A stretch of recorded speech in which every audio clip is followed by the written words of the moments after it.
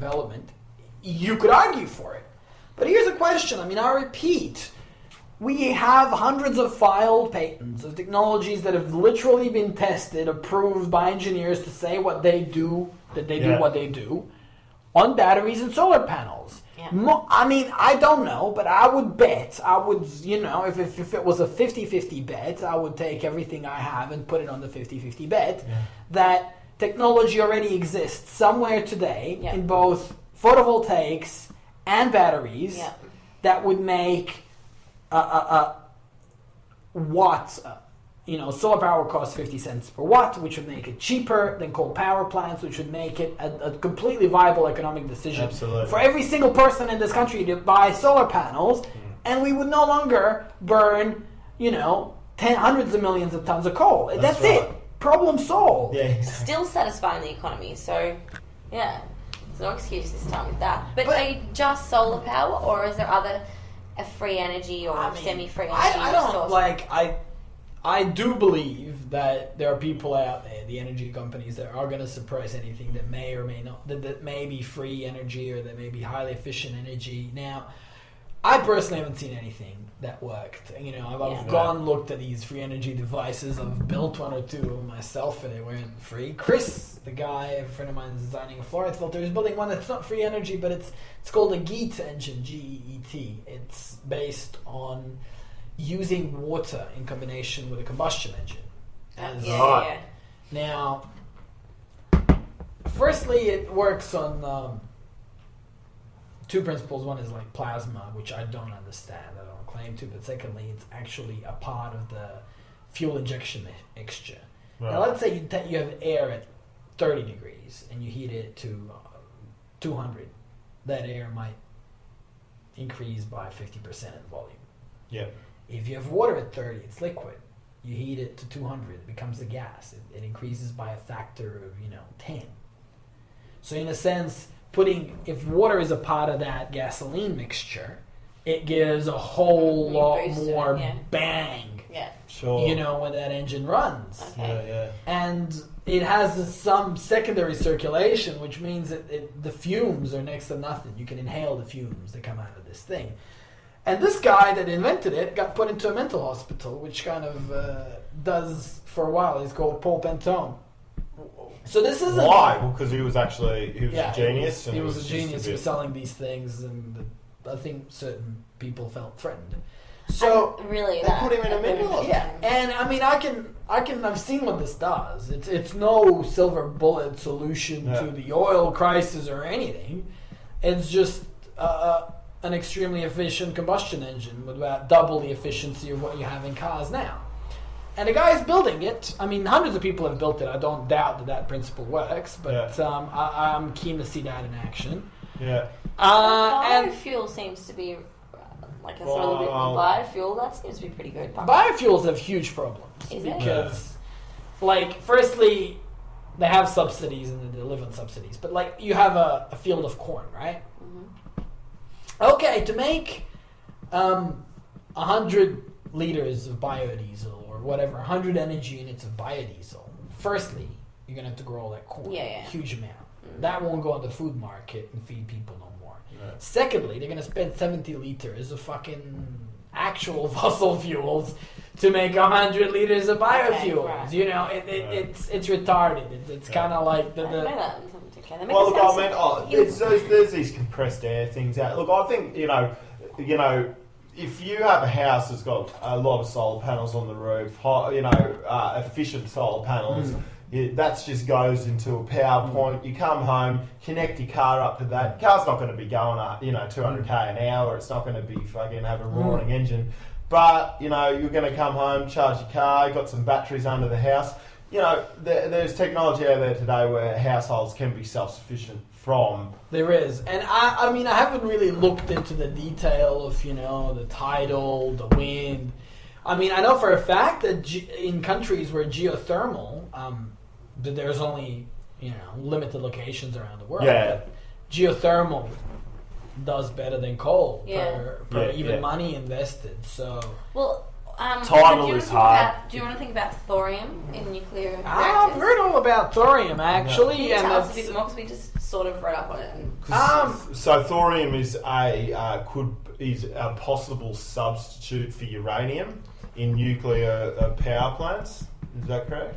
yes. Yeah. See, this is all. I talked to some guy that rang me regarding Zeitgeist ages ago. He turned out to be a really smart dude. He told me all about this, and it was that interesting that I still remember. Essentially, when they were building, when they developed the first nuclear plants, it was all built on the back of technology they used to build a nuclear bomb. When they were trying to build a bomb, they had thorium and uranium. Now, thorium could never be refined or used in a way that it creates a big bang. Yeah. But as a waste product, it had a really short half-life, and it's like all that radioactive waste was, not hundreds of years, it was like several years. So it's quite literally, you could store it in the plant and then pick it up and put it in the river after a couple of years. It was literally decayed so quickly that it had no nuclear waste problem. It was equally efficient in reaction. So you're talking nuclear energy without highly toxic nuclear waste. That's right. And the waste that is active can be used to start the cycle again to create the next reaction. Well, that's generally, you can. My understanding of nuclear, you can use it or you can leave it. My understanding of nuclear reactions is, if you have things that if you want to. You have a fuel, and obviously, what does it take to start a reaction? You can either heat it to some stupid temperature, or you could stick a piece of already decaying nuclear material in it, that has flying protons that are going to then start colliding with a new piece and make it radioactive. So yes, obviously, given those two methods, it's cheaper and more efficient to keep the nearly depleted waste reused and in starting up new reactions. Other than that, I do not know much. The reason they went with at the time, I don't know if there was some kind of a group acting on probably the rich countries happen to have more uranium than thorium. It's not a simple case. As far as I know, there is no thorium power plant. No, there are literally, when you're talking nuclear reactions, and you're literally talking, a decade in development plus billions of dollars. Yeah. That's how long. That's what it took to make the first nuclear power plants. But they decided for uranium as opposed to thorium, and thorium is an option. But as I said, man, even without the open sourcing of the currently existing patents, on its own pace, if you follow the curve, the price, and you can just imagine it, the price is going down in terms of US dollars, even as US dollar is deflating in value. This thing is going down really quick in all practical intents and purposes, in terms of the amount of materials it takes to manufacture, the amount of hours, the type of machines. Solar panels, on their own pace, within a decade, are going to cost so little that per watt produced they'll be cheaper than a coal power plant, which leaves battery technology. You could get away with just buying car batteries, truck batteries, etc., and converting them, but they don't last forever. And there are liquid metal batteries in development that are the size of, say, a shipping container, and they're big enough and strong enough. They last. They have a virtually infinite lifespan, and they cover something like 30 houses. So there definitely as are. As big as a shipping container. Yeah, that's fucking massive. Just search liquid metal battery. There's a TED talk on it. So. Yeah, right. Can you explain to me why my iPhone's battery is so shit? When in this day and age, and my iPhone 3 was way better. I don't know, actually. Seriously? See, I have an iPhone 4, and the battery's been quite good.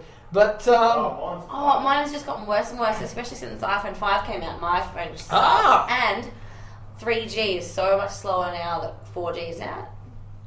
There is. They have Conspiracy? Absolutely, actually. Yes. I mean, Yes! I worked. Confirming our theory, Sean. Get I on worked the in a company that created pumps, and we had this perfect example. Pumps. Pumps. Yeah, mind the watering systems and pumps. So just like complex valve pump systems. But long story short, we have this pump that can be built in two different builds. One is called a flexi shaft, the other is called a coupling rod. The flexi shaft model is simply a highly flexible titanium rod that lasts forever. Mm-hmm. So you need to turn this thing and it's slightly off center. And there's this bendy titanium alloy rod which turns this thing forever. It never breaks. I mean, we had 1 in 2,000 of them actually break in function. So, and that cost us roughly, same one model, it cost us $250 to make. There's another one. Thick stainless steel, 2 joints, immersed in like oil, lubricant, Yep. encased in rubber, closed by clamps, wearing against each other. That cost about $600. Okay. Now here's the thing. The one that cost $600 we used to sell for about $800. The one that cost $250 we used to sell for about $1,500. The reason, you see, the thing that'll last forever, even though it's cheap, we sold for a stupidly high price. Because they don't have to buy anything else from you. They won't have to buy, there will be no spare parts. But the thing that is designed, has so many wearing parts, and it's so huge and uses so many resources, that it's going to last a year and then break down. We sell that one cheaply because we know we're going to get orders for more. Yeah. Now, planned obsolescence is beautiful, beautiful thing. Even this company. I mean, when I saw that in the Zeitgeist talks, I'm like, holy shit! That is there something in my company? And it took me about 5 minutes to realize there is, man. Yeah. Because I thought of these two products, and initially when I started working for the company, I'm like, man, I don't understand, why do they even make this? Yeah. Why? Yeah. When the other one is so much better. And I'd always assumed that the one that lasts forever, because it's so much a simpler part, I thought it would be cheaper. But the other one was a bit shorter, and I thought it must be the length. But no. When I checked out the pricing, it's total, It's just that's it. And the same thing goes for mechanical seals. When you're trying to seal like a rotating shaft, it's spinning, and inside is pressurized fluid, right? Yeah. So for that shaft to spin, you need to really there's 2 methods to do it. One, you can get, it's called gland packing. You could think of a rag that you just pack in there tight around the shaft, and the shaft spins, with that rag tightly pressed in on it. Sure. So it doesn't leak. Yeah. The rag model wears down the shaft to nothing, and you need to buy new rags, new shafts, new whatever. Yeah, right. There's another thing made out of, ceramic and stainless steel and whatever alloys that has these 2 ceramic plates adjacent to each other that have, no friction. And they keep letting in just a little bit of, because they heat up and water evaporates. Yep. There's this tiny, tiny little space between them filled with vapor. And this thing lasts forever. It's called mechanical seal. Yeah. And if you look into what materials it's made out of and what it is, I mean, it is such a rip-off. A piece of stainless steel with 2 ceramic plates on it and a spring. So, I mean, you buy stainless steel cutlery, Yeah. You can get a set of stainless steel cutlery for $50-$60. Yeah. That weighs 2 kilos. This thing weighs 100 grams, and 2 ceramic is just needs to be machined, costs next to nothing. Long story short, $30-$40 of materials, $500-$600 they charge for it. Yeah, right. Meaning, you could save millions of tons of metal Yes, millions. of of highly valuable stainless steel, Yeah. and have these components have no maintenance, last forever. The technology is already there, Yep. but this inferior technology still takes up half the market Yeah. because